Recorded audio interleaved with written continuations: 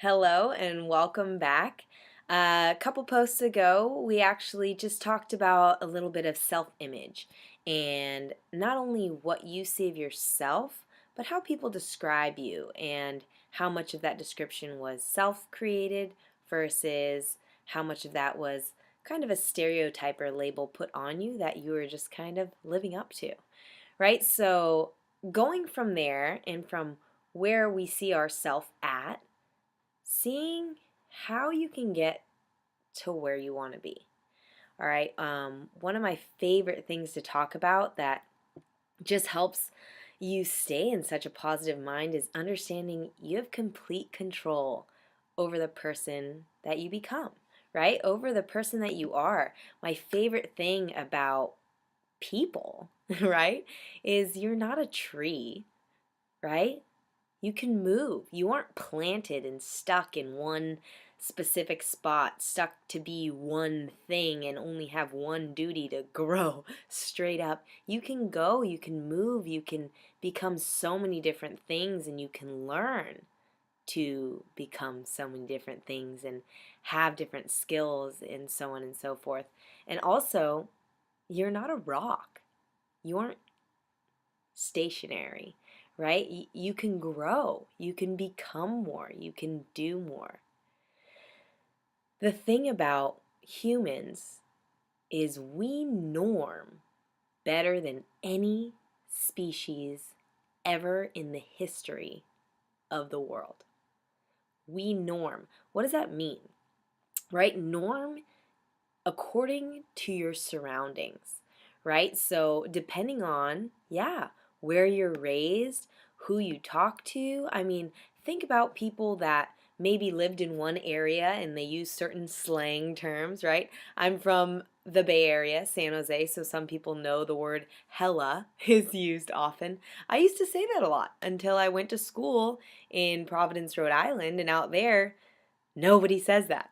So, because it was so apparent anytime that was said, I kind of stopped saying that. And now it's not really in my vocabulary, which is so funny. So, we norm in little things like that with just language to also habits, right? And how we treat each other, how we act, how we dress, things like that. Think year to year how fashion trends change. The way someone dressed in the 50s is not the same they dressed in the 90s, is definitely not the same they dress today, right? So it's just we norm, we change.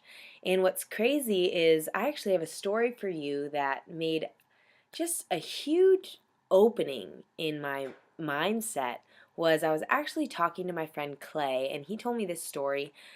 He was on a missionary trip a couple years actually, and he was going from place to place in Africa.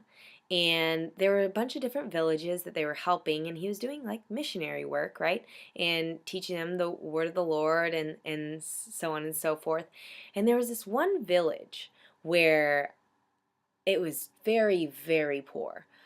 No running water. They had to travel almost a full day just to come back with enough water for the next. And so they'd have people on shifts and things like that to bring water.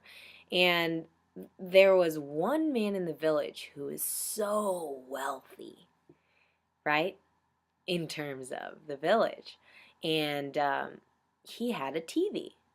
And so that was just such a big deal. And it was so funny hearing Clay talk about it, how big of a deal it was to everyone in the village that this man had a TV, right? I mean, imagine, how do you get electricity out there? They don't even have running water, right?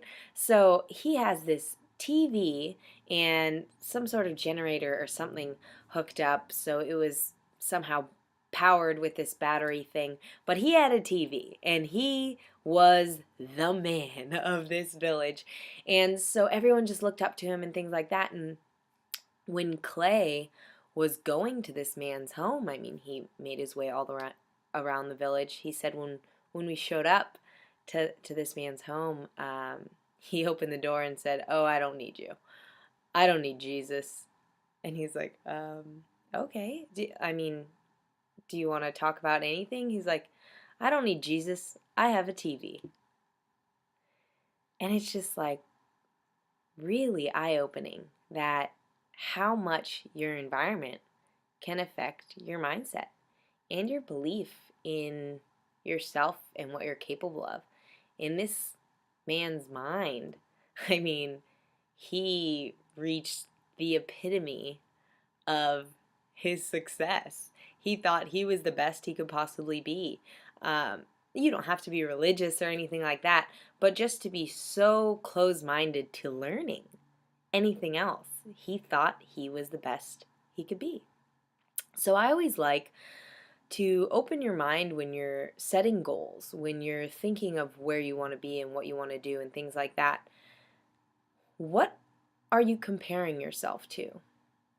Right? Are you just looking around your peers right now? If you aren't somewhere that you want to be, don't compare yourself to people who are near you, right? Who are in the same environment as you, who are having similar results to you, right? It's like if you were to compare his life to Donald Trump, I mean, if Donald Trump, the only thing he owned was this little 12-inch TV, he would not be very happy with his own standing, right? So it's just this understanding of norming. Who are you versus who do you want to be? And when you think of that, be honest with yourself. And you don't have to be judgmental or disappointed in where you are now, just truthful. If you're truthful with who you are right now and what type of life do you really want, start comparing yourself to people with that type of life. Then make a plan and go make it happen. Guys, I'm so excited to be on this journey and helping learn and study, and anyone that's tuning in, I mean, you are ready to learn more and grow more. So when even looking at people that you want the life of, don't look with envy, right? Look to study. Look to learn. Look for mentorship. And you don't have to get mentorship verbally from the person. You can just observe, right? Grow through understanding. And don't wish for your future. Don't just look and wish. Go create it. If someone is living that life, why not you? Make it a great day.